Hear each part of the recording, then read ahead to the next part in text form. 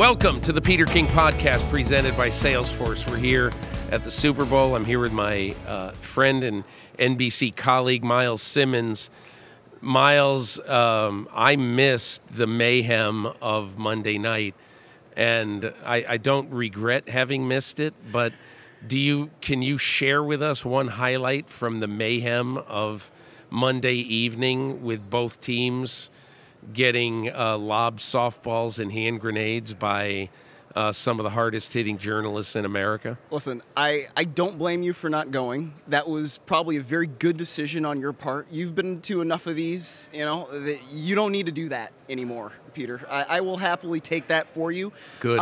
But I think one of my favorite things that I heard was somebody asked Andy Reid, start, bench, cut, in and out, Five Guys, and Shake Shack.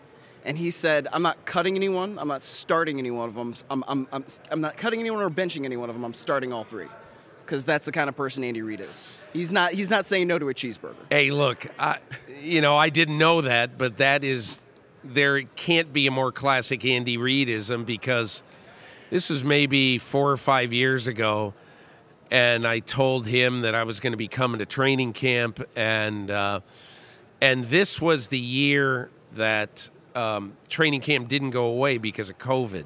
So I guess it was 3 years ago maybe.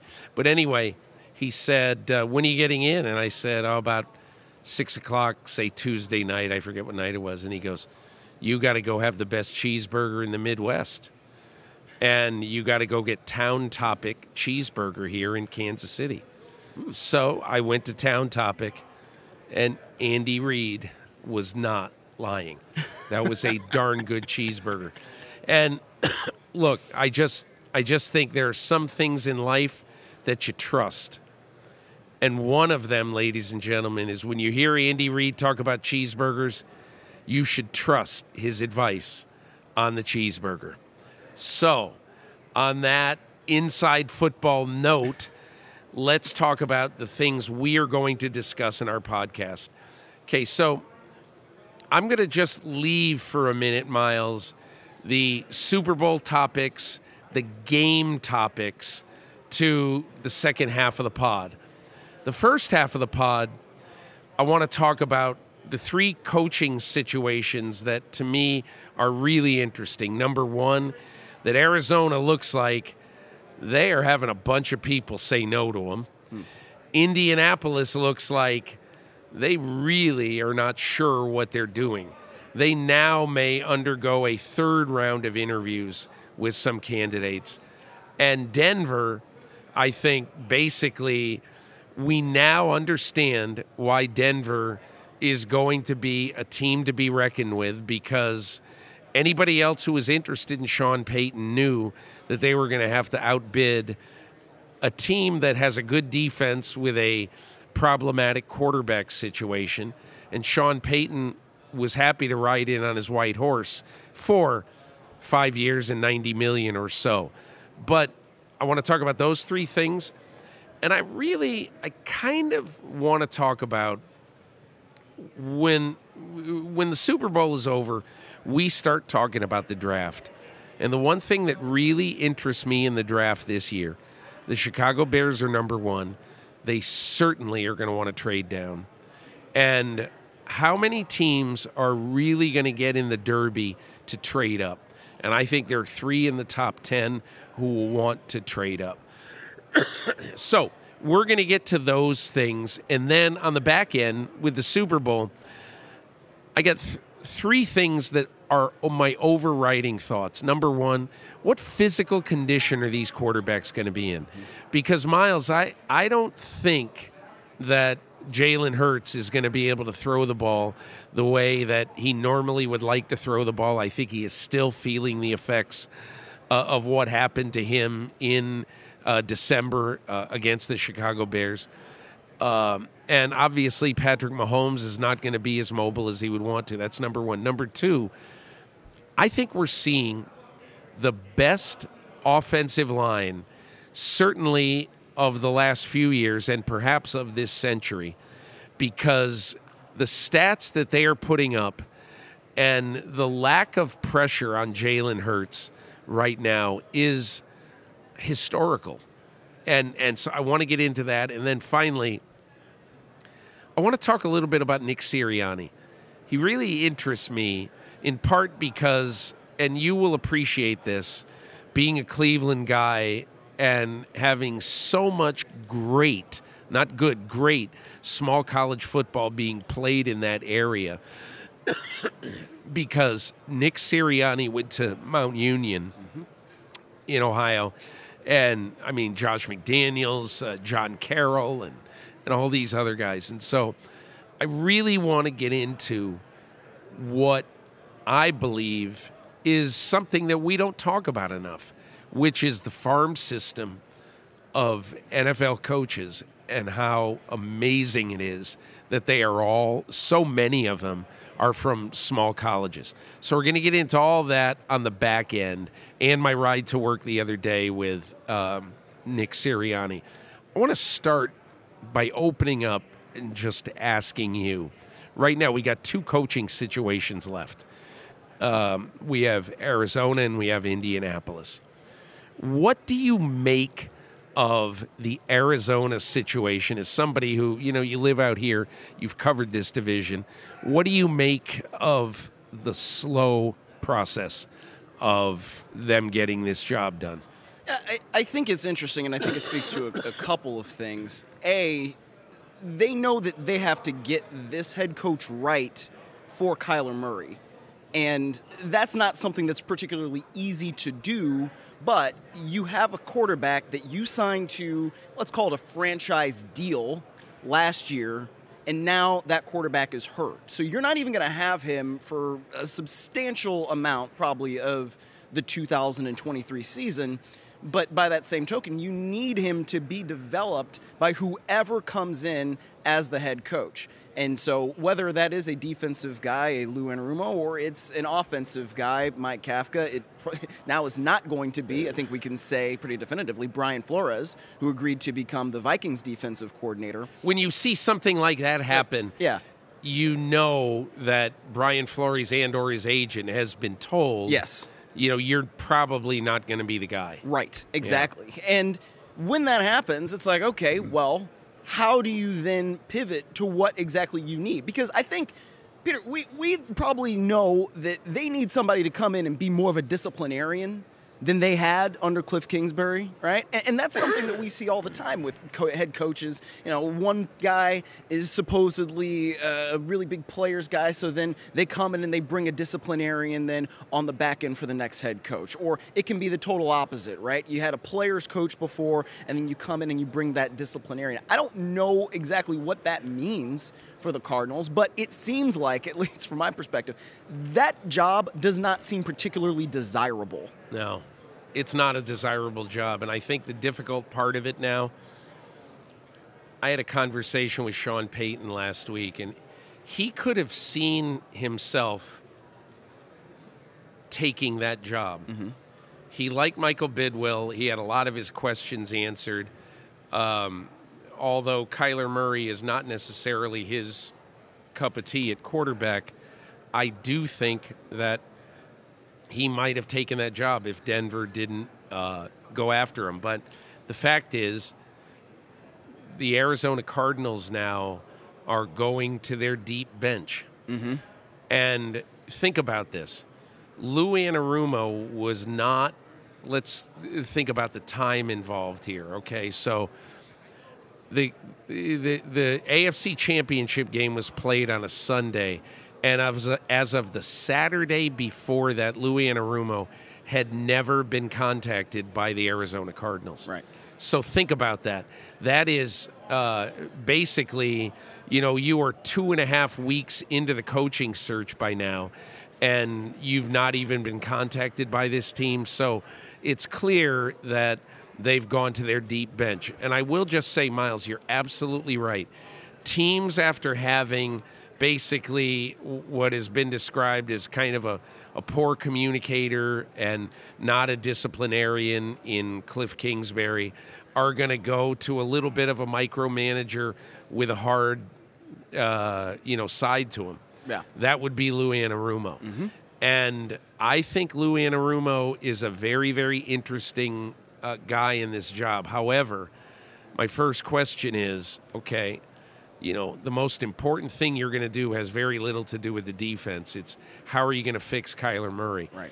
And that's where, to me, Mike Kafka would have an advantage over him. Yeah, absolutely. And I think what we've seen from the New York Giants would seem to tell you, okay, this guy knows how to come in and develop an offense, how to coach offense. And Brian Daboll certainly has a lot to do with that as well. But when Mike Kafka's calling the plays and you see the plays, some of which kind of reflect that Chiefs playbook that we have gotten so accustomed to seeing, the creativity, especially inside the 5-yard line, a lot of teams try to mimic and emulate that. But one thing I noticed from the Giants was that they actually knew how to run those things. Whereas sometimes you see other teams, like I can think of a couple Bengals plays that I saw over the course of the season, where they're trying to do something similar like that, but they can't actually do it, probably because they don't know what the exact teaching points are. So that's something to me that would be a really big thing in Mike Kafka's favor, is that that this guy can coach offense, and he's been around some of the best offensive minds in the game. The thing I like about Kafka is that I think he's an imaginative person, and I think he learned a lot under Andy Reid. He learned something under Brian Daboll this year, and you see Daniel Jones doing more imaginative things. You saw him in the playoff game do a Statue of Liberty play, a version of that against the Vikings. So I think that would sell Michael Bidwill probably more. My gut feeling is, if it comes down to those two, my gut feeling is it'll be Kafka, but, we'll see. Indianapolis. Oh, boy. Okay, so I think Indianapolis, one of the things that's interesting about the Colts is that at the start of this process, I said, there's absolutely no way they can give this job to Jeff Saturday. You can't do it. 1-7, gave up, the worst, whatever the biggest comeback, in NFL history and all that stuff, in Minnesota. But I think it's more than that. I think it's that, it would be really, I think it would be Jimmy Irsay against the world. No doubt. And I don't know that you want to saddle your coach or your franchise with the incredible snowball of negativity that would come with naming Jeff Saturday the head coach. And, Jeff Saturday might be a great head coach. You don't know. But he's hardly done anything to deserve it to this point. And that's why I think that they go in a different direction. Well, I would like to think that that's true, with Jim Irsay understanding what that would look like. I think that the way you just put it, with the snowball of, negativity that would come, absolutely would be that. And deservedly so, because, look, Jeff Saturday was 1-7 as a coach, and his one win came against the Las Vegas Raiders. And we know that the Las Vegas Raiders did some really bad stuff over the course of the 2022 season. So that game did not surprise me. And then they were one of the worst teams in the NFL after that. And, he can say all the things he wants about how, that wasn't the way that I would do things, or, if I come in, then it's going to be different, and I would hire these different coaches and all that. But to me, the perfect counter to that is, Steve Wilkes was with the Carolina Panthers, and that wasn't his coaching staff. Those weren't players that he picked. Wasn't really anything that he wanted initially as his team, but still came out and competed, and that team went 6-6 under him. So the more you see Jeff Saturday's name kind of still floating around in there, and we've seen in the Indianapolis Colts interview an unbelievable number of people for that job. In some ways, it seems like they're setting themselves up to say, we were so thorough in this process, and at the end of the day, we still kept coming back to Jeff Saturday. And if they want to do that, go on ahead. But it's going to be one of those things where everybody's going to really criticize them for it, and frankly, we'll probably all be right, just like we were about New England's offensive coaching situation last year. Yeah. What interests me, and look, I don't know who's the leader in the clubhouse in Indianapolis. But I do know one thing, that anything that has Peyton Manning's fingerprints on it is going to be something that that is held in high esteem by Jimmy Irsay. And Peyton Manning has been glowing in what he has said about Brian Callahan, the Bengals offensive coordinator, who has had a second interview for this job and who essentially, was kind of Peyton Manning. When Peyton Manning was in Denver, Brian Callahan was the low man on the coaching totem pole that year. And Peyton thought that he was fantastic.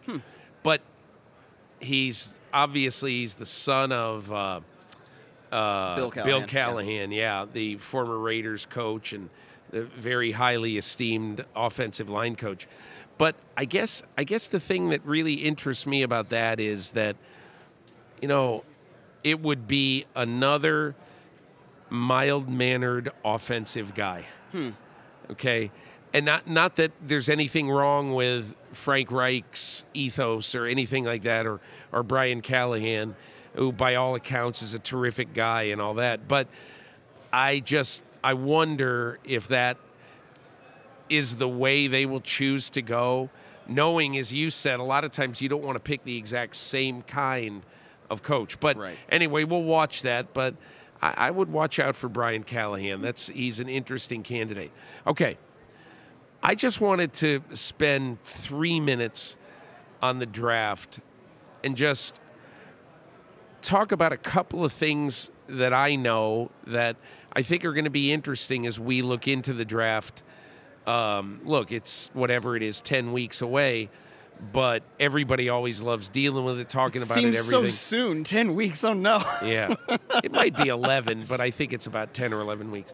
Anyway, so as we sit here right now, the Chicago Bears have the first pick in the draft, and right now a team that needs a quarterback, Houston, is sitting number 2. Indianapolis is sitting 5, and Carolina is sitting 9. You would think that those 3 teams are the rock solid. They're picking quarterbacks somehow, some way. Chris Ballard, I think, is going to try to be aggressive to get up to number 1 to take the quarterback of his dreams. And I won't be surprised if Luke Getsy and Matt Eberflus and Ryan Poles in Chicago fall in love with a quarterback, that they try to move up from 2 to 1. And that would still leave, if that happened, that would still leave the Chicago Bears with the best defensive player in the draft, whoever that might be this year. So I guess I would just say to you, so how likely do you believe a trade down with Chicago is? And if they do trade down, you have a gut feeling right now who a team is coming up for? Do you think absolutely they're coming up for a specific quarterback, or just tell me your thoughts? Well, I think if you go up to number 1, then you have to have a specific quarterback in mind. Yep. And I think back, because of course this is my experience with it, but in 2016 when the Rams went from 15 to number 1 overall, and the debate was, oh my gosh, they don't know who they're going to pick. It's going to be Carson Wentz or Jared Goff. It's going to be Carson Wentz. They knew exactly what they were doing when they went up from 15 to 1, and they thought it was going to be Goff. And I remember Jeff Fisher saying behind the scenes that they thought Jared Goff was going to be special. So that's one part of it. So I think if you are Houston at 2, if you are Carolina, if you are the Indianapolis Colts, then if you're going to make that move, you've got to be extremely convinced of who it is that you're going to pick, that you are going to, give away certain assets to move up that high, because it's going to cost you something. And even if you're Houston at 2 and you want to make sure that you get the player at 1 that you want, then you're going to have to give up something in order to get there. So then the other part of that, it's kind of funny. You got a division rival in the AFC South in the Colts who are also looking for a QB. Yeah. So that kind of sets up more of that interdivision rivalry that the Bears presumably can take a little bit advantage of. So, if you're the Bears and you think, man, I could flip this thing to number 2, maybe if Houston really wants that pick, and then I could flip it again and go further down and get more assets, that's something to me that would be pretty attractive. So I don't know. You just mentioned something that will not surprise me a bit. Let's just say that the Bears go down to number 2, and let's just say, and we're going to have a lot of debate in the future about what exactly that would be worth, but let's just say that they either get 2 2s or maybe Houston's 1 next year. Mm-hmm. Let's just say. So if they're sitting there at number 2 and they know that they can have any defensive player in the draft and know that there's a very good likelihood that Jalen Carter would be the Georgia defensive tackle, would be the first guy that, would seemingly be on their list.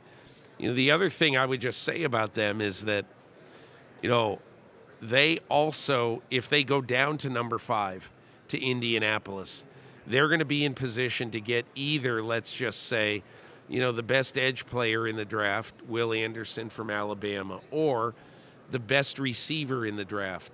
And I know the TCU guy, I forget his name, is one of those guys. But if you are thinking to yourself, we want to get maximum ammunition, and if they can get, let's say, a 1 and a 2 from, if they get a 1 to move down to number 2, and then maybe a 1 and a 2 to move to number 5, let's just say, and you sit there then at number 5, and you can still pick maybe the best receiver in the draft.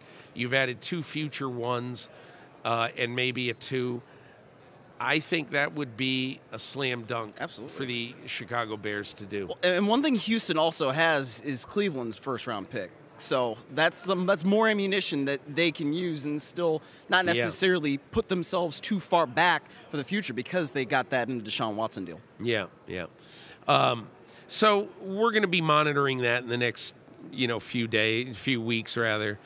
I think it's so early, and I'm always hesitant to say a lot about the draft this early because you just don't know. But I do think what makes this draft so fun and so interesting, honestly, is that there are at least 3 teams in the top that I think are going to be aggressive, 1 moving down, 2 moving up. Yeah. So we'll see exactly what happens. Myles, we're going to take a break right now, and I'm going to come back with a surprise guest, and I only say it's a surprise guest because, quite honestly, as we record this, I have no idea who it's going to be.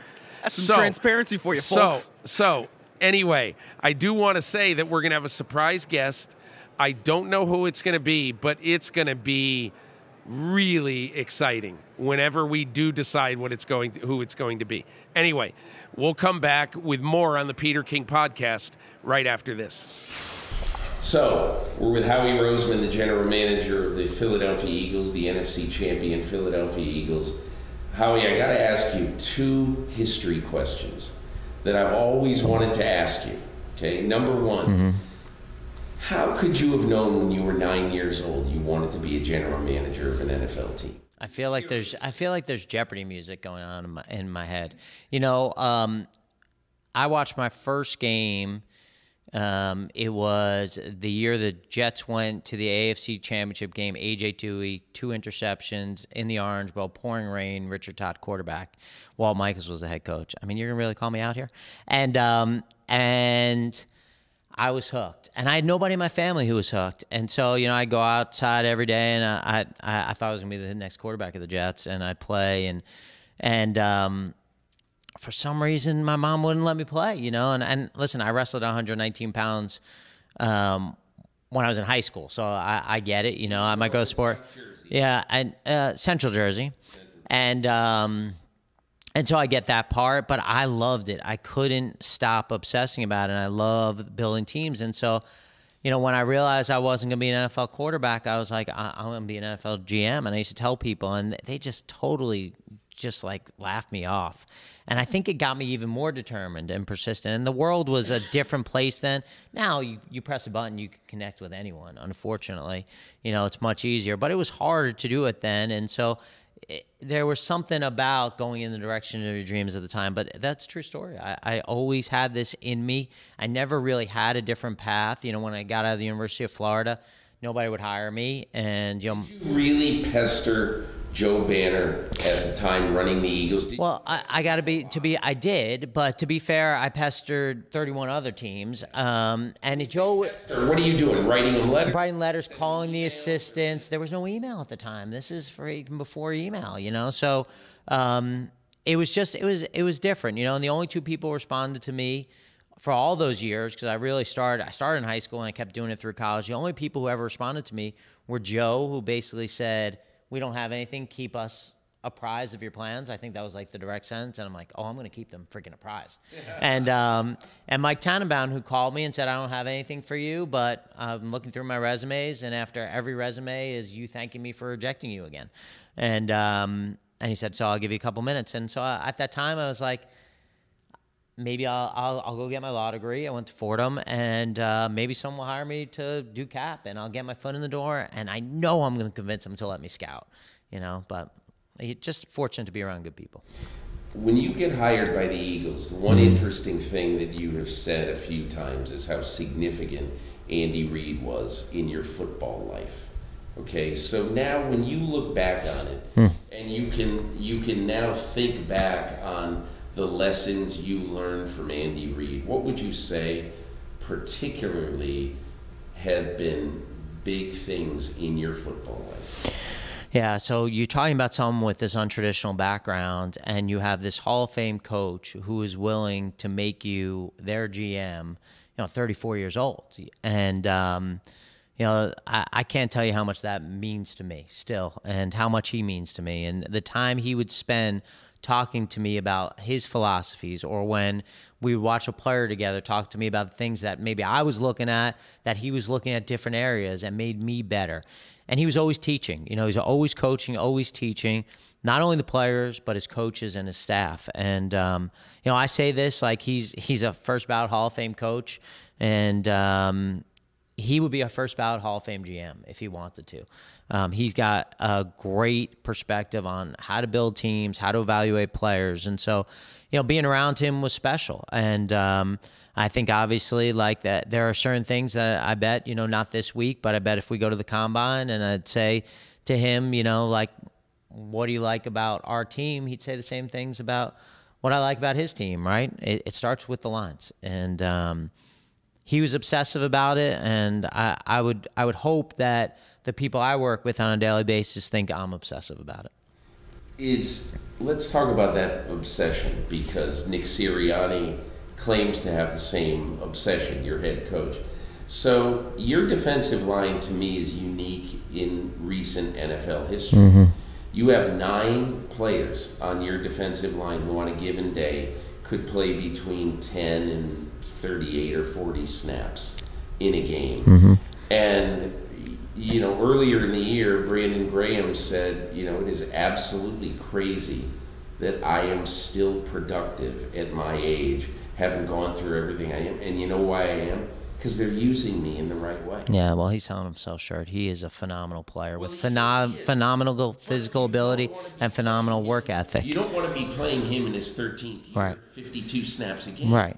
But, okay, so how did you arrive with this team figuring that we were going to play a lot of guys, probably less snaps on average, maybe than many of them would like, but we're going to keep them fresh for 17 games? Well, I think it goes to an overriding philosophy about making sure that not only do you have great starters on both lines, but you have great depth. And, our best teams, whether they're with Coach Reid or whether they're with Coach Peterson, and whether they're with Coach Sirianni, it's about the depth on the D-line. And that's no different than 5 years ago when we were in this position. Obviously, we got to play this game on Sunday, so I'm not declaring anything other than, it's a formula that works. And having guys who are able to stay fresh, Coach Reid will say, bring fastballs off the edge all the time, bring fastballs to the quarterback. And I think probably if you ask me the most underrated storyline of our season, I think our D-line gets a little bit underrated. The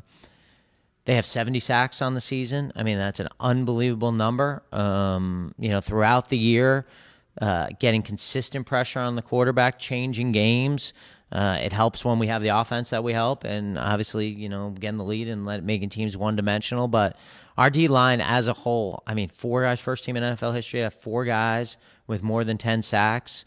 We have a 5th guy in Fletcher Cox who had 7, and I thought Fletcher had a phenomenal year. And I think it really starts there, and it allows our linebackers to do their job. It allows our secondary to not have to cover as long when they're getting consistent pressure. And, it's been a formula that's worked for us up to this point. Why did you make Hassan Reddick such a priority early in free agency? Yeah, I mean, Hassan Reddick, I may be wrong on these numbers, but I think 26 and a half sacks over 2 years. He had 8 forced fumbles over those 2 years. We had 29 sacks a year ago, and we know he can play in Philly. He's from Camden. Home games I played for Temple. Home games at Lincoln Financial Field, and he just all the work we did, all the research we did on him was just like, this guy fits. And I thought it was our number one priority going into free agency, and we really felt like we had to get him. I want to ask you one question about Jalen Hurts, because I think, and not in any way that I knew anything at all, but I loved the pick of Jalen Hurts in 2020. And the reason I loved it is not because you're bringing Jalen Hurts to take Carson Wentz's job. That was never why you drafted Jalen Hurts. You draft Jalen Hurts because, for a few reasons, but one of which was you really wanted a good backup quarterback, a building backup quarterback that you didn't have to pay $8 or $10 million to, and a guy who had a different skill set, who can play the game a little bit differently, and is going to be a tough guy for defenses to stop. Think back to when you were scouting Jalen Hurts, and what really put you over the top with him. Yeah, the resiliency, the overcoming the adversity and continuing to grow from it. And, when you think about it, just his career, he comes in, he was a 4-star recruit at the University of Alabama, number 1 dual threat quarterback in the country, wins SEC Offensive Player of the Year, wins SEC Freshman of the Year, goes to the national championship game, comes back the next year, right, gets benched, stays. I can relate to staying, right? And tries to learn and tries to get better, and goes to Oklahoma as a Heisman Trophy finalist. And he had just this will to be great, this determination, and he had the skill set to do it. And I think back to that pick, and it was hard. The reception was hard for us, though. It was, we were paying backup quarterbacks. No team in the NFL since I've been in the NFL has benefited more from the backup quarterback position than the Philadelphia Eagles. And we felt like we had to get back to grooming one, and we love Jalen's skill set. Coach Peterson deserves a lot of credit for that too. He was on board with it from the outset. We had played in 6 playoff games at that time. Carson hadn't played more than a few plays in it, and we knew that it was too important. And at the end of the day, whoever we were going to pick at the end of the second round, if we hit on them, would they have the same impact if we hit on Jalen? And we knew the answer to that, and we knew we really liked Jalen. And so I'm not sure that probably we thought the feedback it was going to be that aggressive. I don't know that would have affected it. Why it was ridiculous? Here's the real reason why it was ridiculous. If you look at NFL history, once every 2 or 3 seasons, a great team needs a backup quarterback to save its season. Right. Happens all the time. And you have a choice. If you want to leave yourself, and again, have nothing to do, the 49ers thing is weird because they had so many quarterbacks this year. Sure. But unfortunately, they had to go to Josh Johnson in a championship game, even though that's not the same thing, obviously. But you treated the backup quarterback like he's one of the 10 most important players on your team. Because if you need him, he is. There's no doubt. One of the 10 There's most not, and we had needed one, including playing in the Super Bowl. Yeah. And we had been through so many playoff games. I go back and we played in 2003 in the championship game. Donovan McNabb got hurt. Coy Detmer came in. In 2006, Jeff Garcia took us. In 2010, Vic took us after Kevin Kolb. Nick Foles in 2012 took over for Michael Vick. Obviously Nick came back in 17 and did that. And we came back in 18. Nick came back and played in the playoffs. 19, Josh McCown's playing in the playoffs. So, to me, with our experiences, how couldn't we do something like that? And, it's ironic because I think we picked him 56. Did we pick him 56? I don't know if I remember that right. But let's just say we traded back and took him at the beginning of the third round. I actually think there would have been a different conversation just because you take him at the end of second versus if you take 1 and 3. And, I'm very fortunate to work with an owner who gets the big picture. And, he's okay with not winning the initial press conference and doing the right thing. Okay, I got 2 other things to ask. Sure. One is, you are famous, you and Jeffrey Lurie are famous for the length and the involved coaching interviews that you do. 9, 10, 11 hours, however long they are. They're long, okay? And I wonder, when you interviewed Nick Sirianni, it wasn't like he came out of left field. It wasn't like it was an Andy Reid hire in '99. That one came out of left field. Sirianni was a well-respected guy. But tell me, in your long fact-finding about Nick Sirianni, what caused you to say to Jeffrey Lurie, I think this is our guy? Well, he deserves a lot of credit too, because at the end of the day, he's making the hire, and he goes with, he's done unbelievable. Everyone he's hired wins divisions and ends up doing really well. But I think for us, it was a unique circumstance because obviously with Coach Peterson, we had made the playoffs through the last 4 years, including winning a championship. It wasn't like the day after the season. It was after a series of meetings that they had. So we started a little late. And so, our kind of marching orders to our staff was, listen, we understand that a lot of these coaches are probably already hired. They're probably down a direction after a week of these interviews. Let's look at it like, if we were a year from now, who do we think would be the best candidates? We got first pick at next year's hottest candidates. And, sometimes things just happen and you remember them. And I remember when Frank was going to interview for Indy, and I said, who's going to be your offensive coordinator? And he said, I've been telling you about Nick Sirianni, my wide receiver coach of the Chargers. And he says it just like this, and he goes, and I'm just telling you, he's the best coach I've ever been around. And that's who I'm hiring. And I remember thinking at the time, man, Frank, we had just hired Frank, quarterback. We had hired our quarterback coach, Coach Peterson, quarterback. And I'm going, all right, he's kind of hiring this receiver. And he was so adamant about that. And when we would talk to people from Indianapolis, they go, man, this guy's unbelievable. Like, he's a heck of a coach. But I always remembered Frank saying that. And we brought him in, and he was with his family on vacation in Fort Lauderdale. So he comes in this white minivan. A lot of swag in that.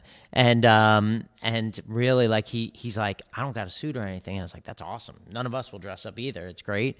And he came in, he had jeans and like this like little pullover, and we just started talking, and we'd ask him a question and he'd coach us up, he'd talk to us, we'd say, hey, talk to us about quarterback play. What are you looking for in quarterback play? We know you've had different kind of quarterbacks.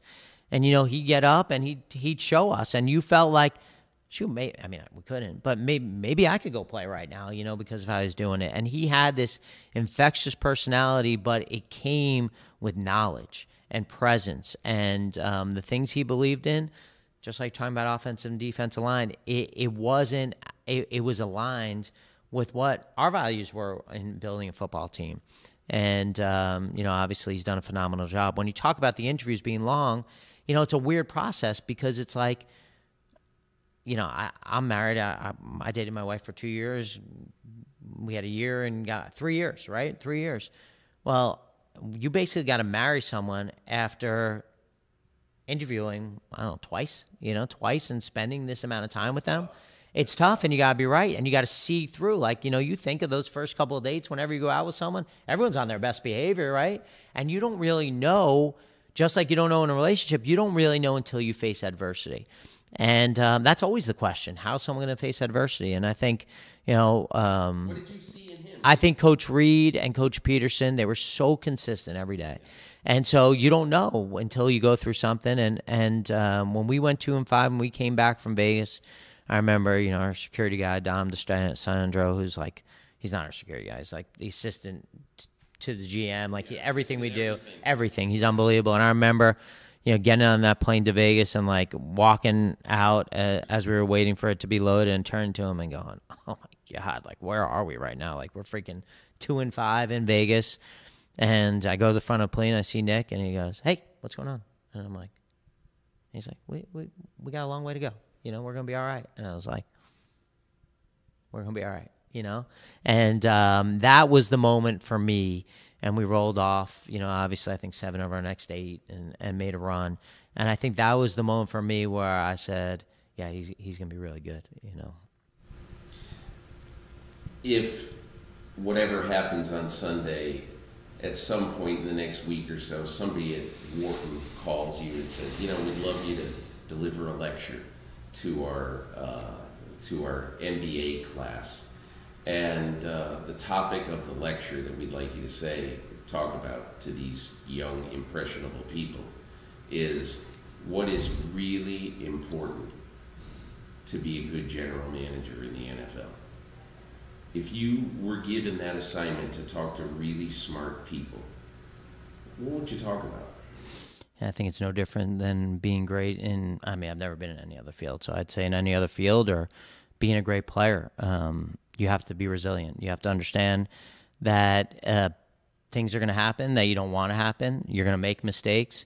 It's how you overcome them, how you kind of make sure that you're continually learning, continuing to get better, having as many good people around you as possible. We've had phenomenal people here at every level that allow me to do my job better because I don't have to worry about them doing their job. So surrounding yourself with the best of the best, being able to admit your mistakes and not being so prideful that you can't see it, because I think that affects your culture more than anything else, is when everyone knows you've made a mistake and then they feel like, hey, he's just hanging on to this for himself as opposed to what's right for the team. And being relentless, being determined. I think that when you're passionate about something and you get to go to work every day.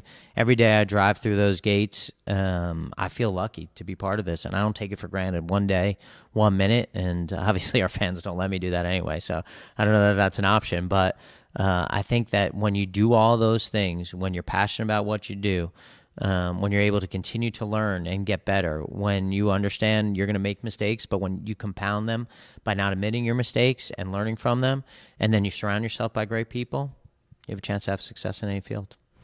Howie Roseman, thanks a lot. Good luck in the game. Thanks, Peter. So back on the podcast, Myles, let's break down some elements of this Super Bowl that really interest me, okay? Because after all, it's my podcast, so I want it to be about me. Okay. So the first thing, I want to talk a little bit about Nick Sirianni.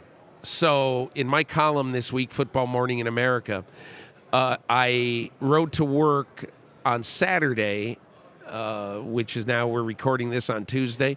So a few days ago, I rode to work, crack of dawn, 4 degrees in Philadelphia, and I rode to work with Nick Sirianni in his kind of nice, tricked-out Jeep.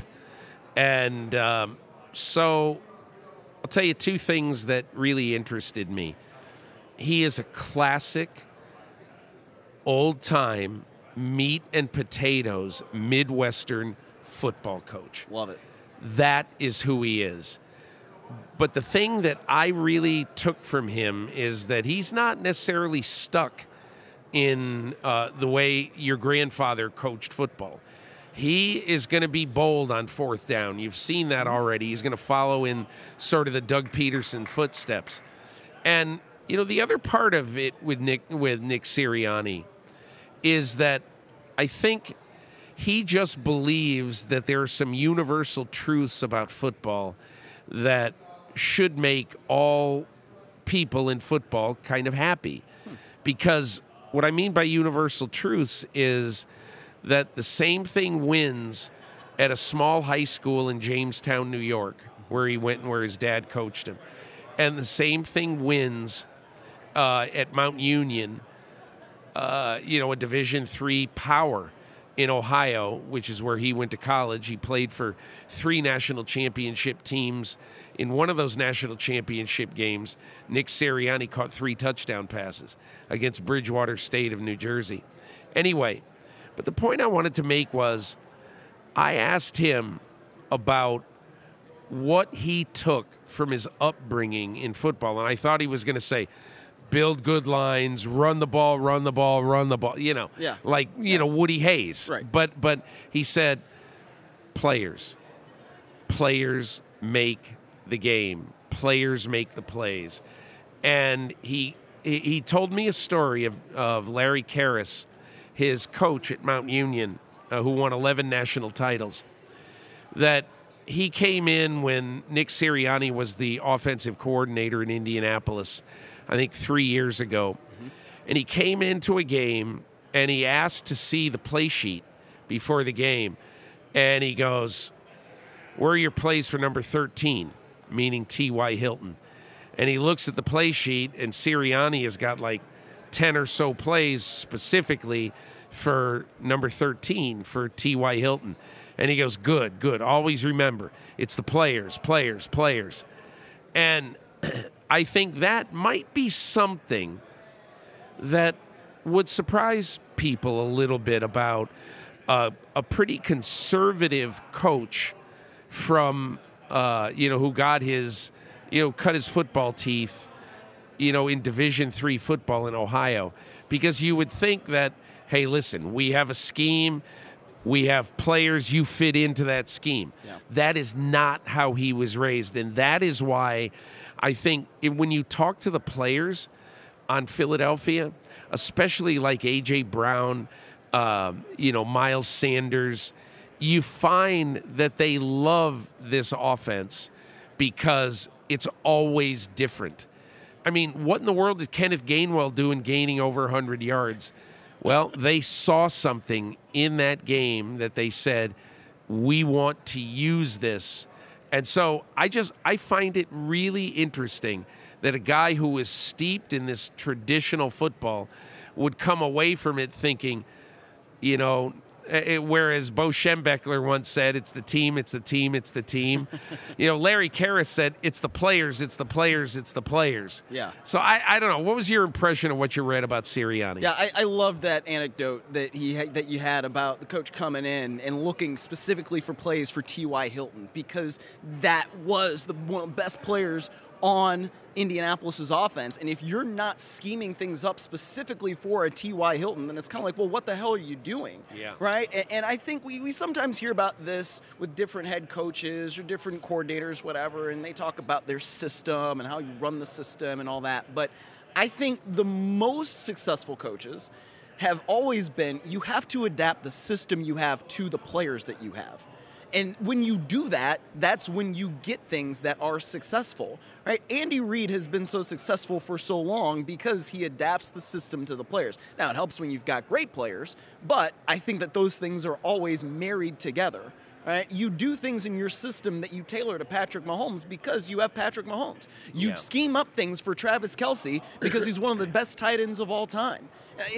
And this is sort of random, but Jadeveon Clowney had a little quote before the end of the season, that kind of got him in hot water with Cleveland and basically got him sent home. But he was saying that he was sort of upset that the Browns coaches were scheming things for Myles Garrett like they wanted him to be in the Hall of Fame. And my response to that would be, well, what the hell are the coaches supposed to do other than scheme for their best player? You don't not utilize Myles Garrett in the ways that you think are going to exploit offensive weaknesses. So I say all that to say, like, that is one of the best things that I think you can have as a coach is when you understand that it is about the players and scheming to the players' strengths. Yeah. Because otherwise, how are you going to win games? Yeah. You know, I think now one of the things that I think it's I think one of the things that we don't think enough of when we talk about why are coaches successful is in this particular case, Howie Roseman and Jeff Lurie both strongly believe in coaches using analytics to the fullest. Mm-hmm. And that has become kind of a controversial thing around the league. But when you see what the Eagles did with Doug Peterson in making fourth down, you know, so many times they were in 4-down situations all over the field. But I bring that up because in the first half of the NFC Championship game, you know, it was almost taken for granted that you were playing 4 downs offensively with the Eagles unless it was just, you know, 4th and 11 and you're at your own 22. Yeah. You know, and the reason why I think that is interesting is that Nick Sirianni might sort of give off this ethos of, you know, Midwestern football, conservative, all that stuff. But I do think that he has really bought into that hook, line, and sinker and totally believes in trying to make the game, the offense putting the pressure on the defense. Mm-hmm. Yeah, it is. And when you are doing that, and I think that sometimes, I don't remember if I was discussing this with you or with Florio on PFT, but it's one of those situations where sometimes I feel like offensive coaches have a mentality of dictating that defensive coaches don't always have, because on defense, it's inherently reacting. And when you're on offense, you do that. You attack. You attack, you attack, you attack. And when you are going for it on 4th down, as the Eagles do, that does put pressure on defenses to make sure that you have the right combination to stop whatever they're going to put out there. And, you know, we saw it in the beginning of the NFC Championship game where they go for it on 4th down. Devontae Smith makes the catch, and then they come down the field, and they keep the pressure on, and they go score. That is something that if you have that kind of thing in your mentality, that's why the Eagles are where they are, because they know how to keep attacking and keep the pressure on different defenses. The other part of the Eagles right now, Myles, that I think has been so important to their development as a team, and I mean, think about it. In the span of 5 years, they turned over the coach, the quarterback, and most of the skill players on the team. And they're back in the Super Bowl. Yeah. But the one thing that we know that they still have, and I reminded Nick Sirianni of this, that when I was sitting with him in his parking space for like the last 5 to 8 minutes of our conversation the other morning, Jeff Stoutland, the offensive line coach and run game guru, parked his car in a parking space in front of him, and he walked by and waved to the coach, and I said, Nick, this is so eerie, but I did this with Doug Peterson 5 years ago. And the incredible thing is, Jeff Stoutland walked by Doug Peterson's car and waved to him walking into the building as we were just sitting there. And I said, this is a little eerie. And so he loved it. He said, you know, good omen for us. I was going to say, right, yeah. But here's the reason I bring up Jeff Stoutland, okay? So some of the people have changed. I mean, Jason Kelsey hasn't changed. Lane Johnson hasn't changed, but they've changed 3 guys on that offensive line. And when you look at how this team has played, and I used a stat in my column the other day. How about this, Myles? They have faced 3 excellent defensive fronts in the last 6 weeks.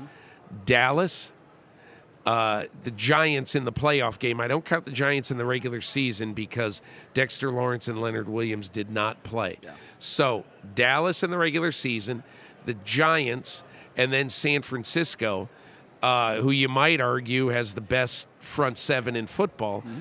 And in those 3 games, the front players for those three teams had 0 sacks and 0 hits on the quarterback. And I'm in awe of that. Yeah. If you can keep Nick Bosa and Dexter Lawrence and Leonard Williams and Kayvon Thibodeau and Micah Parsons and DeMarcus Lawrence all off your quarterback, this is, to me, a fantastic offensive line. And I've thought back, and I made this statement, and I probably will live to regret it, but this could well be the best offensive line that has played football in this century. You know what? I think we can look at this line. We can look at what they did in 2017. I mean, it's sort of saying this is making it probably a little too basic, but look, when you see what they did in 17 and how they won, it was front 4 on defense, you can rush with 4, and front 5 on offense, you can block, whether it's pass blocking or run blocking. I mean, how do you win how do you win a Super Bowl with a backup quarterback? You better keep him clean, and they were able to do that. And so now you look at it. Well, how do you do it? Front 4 on defense.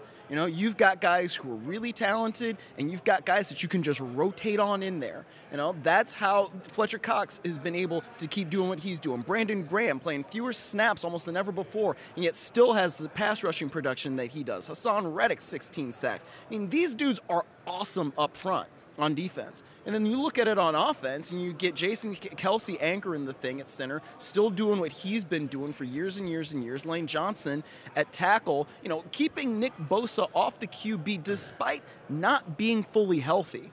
And he's still, you know, I don't necessarily know how healthy he is, right? So all of those things combining together, you see what the Eagles are doing, and you understand why they have been great all year.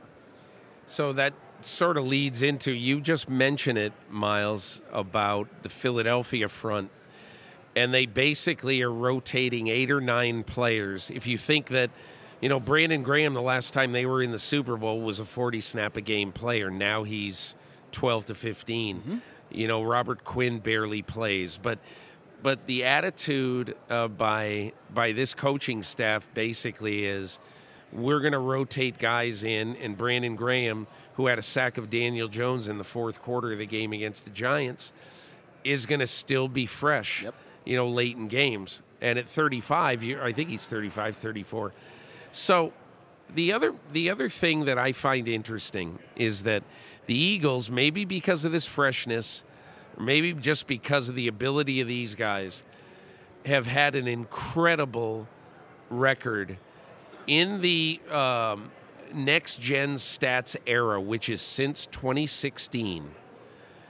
No team has sacked the quarterback more without blitzing in a season than the Philadelphia Eagles.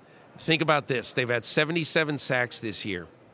75% of those sacks, 3/4 of those sacks, have come while rushing 4 or fewer. So I bring that up because, look, Patrick Mahomes already is going to have a tough job because his receivers are banged up. And Juju Smith-Schuster, I think they're going to put Humpty Dumpty back together again to play Kadarius Toney, but how long will they last? How good will they be? And so Patrick Mahomes, to me, I said to somebody on the airplane coming out here, "Hey, Peter, how you doing? I'm kind of betting on the game." I said, "Don't do that. Do not bet on football. It's dumb." But he said, "Wait, you got one thing for me?" I said, "Whatever the over-under on yards is for Kelsey, bet the over." Yeah. Because, you know, that this is what they got to do. But the one thing I would say, Myles, is that if Kansas City wins this game, Patrick Mahomes is going to have to play an incredible football game, I think, because he's going to be throwing against a 7-man coverage unit almost exclusively. It's going to be Mahomes, obviously. He's going to have to be special, and we know he's capable of being special. I have no doubt about that in my mind. Travis Kelce, they're going to have a plan for him too. So can the Chiefs run the football? That's what it's going to be to me. And they're going to get Clyde Edwards-Helaire back. He came off of injured reserve as we record this Tuesday. That was Monday. So that's one element of it, but it's going to be Isaiah Pacheco. I really think that he and Jerick McKinnon are huge X factors in this game. You know what, Miles? I said this to somebody watching the AFC Championship game the other day in the press box, or last week in the press box. I said, this reminds me a little bit of 2 years ago when you kept watching the games and Tony Pollard was better than Ezekiel Elliott. And I just kept saying, I don't care what you pay each guy. Right. You've got to play Tony Pollard more than Ezekiel Elliott. He's better than Ezekiel Elliott, and I feel the exact same way. I don't care that Isaiah Pacheco was a 7th-round pick. I don't care. And I don't care that Clyde Edwards-Helaire was a 1st-round pick. Isaiah Pacheco is a better and more forceful runner of the football, in my opinion, than Clyde Edwards-Helaire. And I think you're going to see him, regardless of the health of Clyde Edwards-Helaire, get more touches on Sunday. Oh, absolutely. And, listening to him at Media Night last night for a few minutes, what he kept saying was, this is a place where it doesn't matter where you come in or how you come in, but I just knew I needed to produce and I needed to be ready for my opportunity. And when you have a guy like that who understands that, that's why when he gets the opportunities, he's able to excel the way that he did. And I think it's just an absolute credit to him and a real credit to Brett Veach and his staff that they understood what they could get with an Isaiah Pacheco, and then for him to take advantage of his opportunity, man, you can't say enough about it. The way that backs are drafted today, I have no idea why anybody would ever take a running back in the 1st round. Look, I love Saquon Barkley, but if you look at that draft and see him pick number 2, and then look at all the players the Giants passed on in that draft, you just shake your head. I love Saquon. He's a good player, even though he's been hurt too much, or hurt a lot, whatever. But when you see Isaiah Pacheco, the 240th pick or whatever he was, play the way he does, I do not understand why you would take running backs early in drafts. Not only that, but just signing him in free agency. Now, if you have a good enough scouting staff, then in theory, you should never really have to sign a running back to a premium contract in free agency. Yeah. You just shouldn't. I mean, you can get guys like a Jerick McKinnon who are coming off of whatever they're coming off of, and you get them as a free agent, and you plug them in, and you understand how they can play.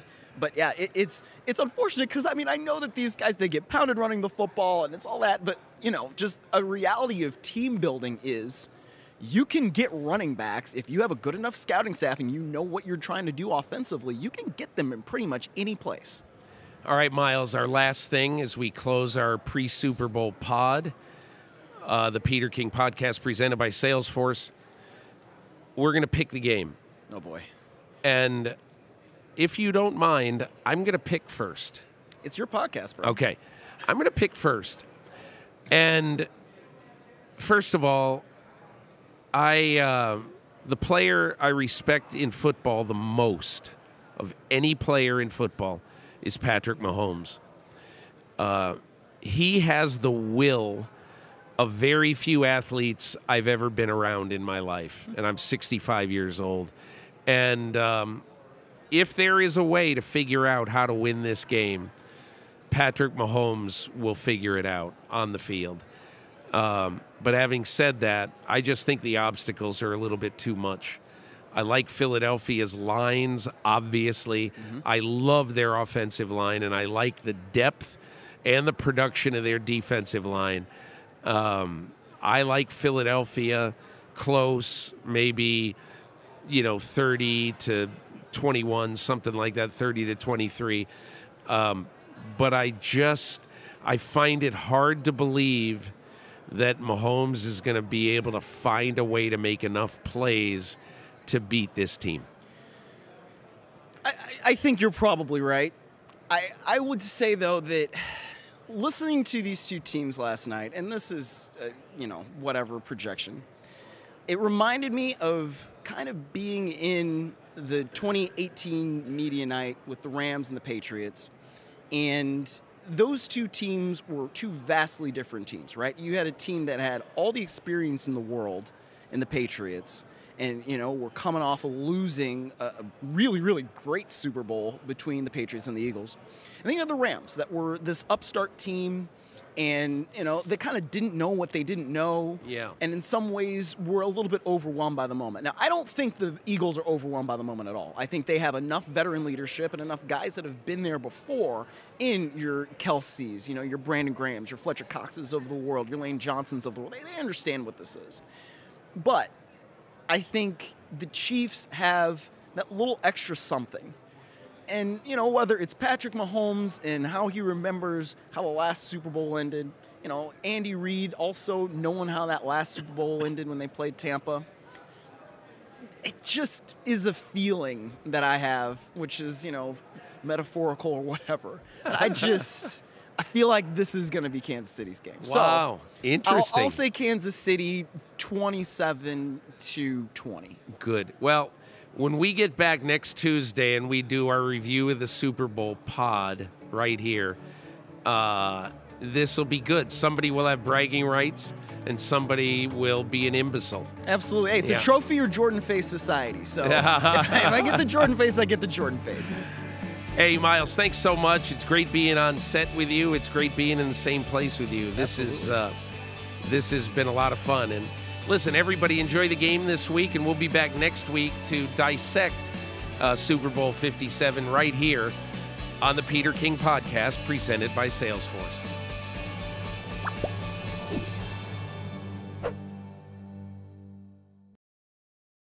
Hi, I'm Mike Tirico, and thanks for watching. Make sure to hit subscribe for the latest news and highlights from NBC Sports.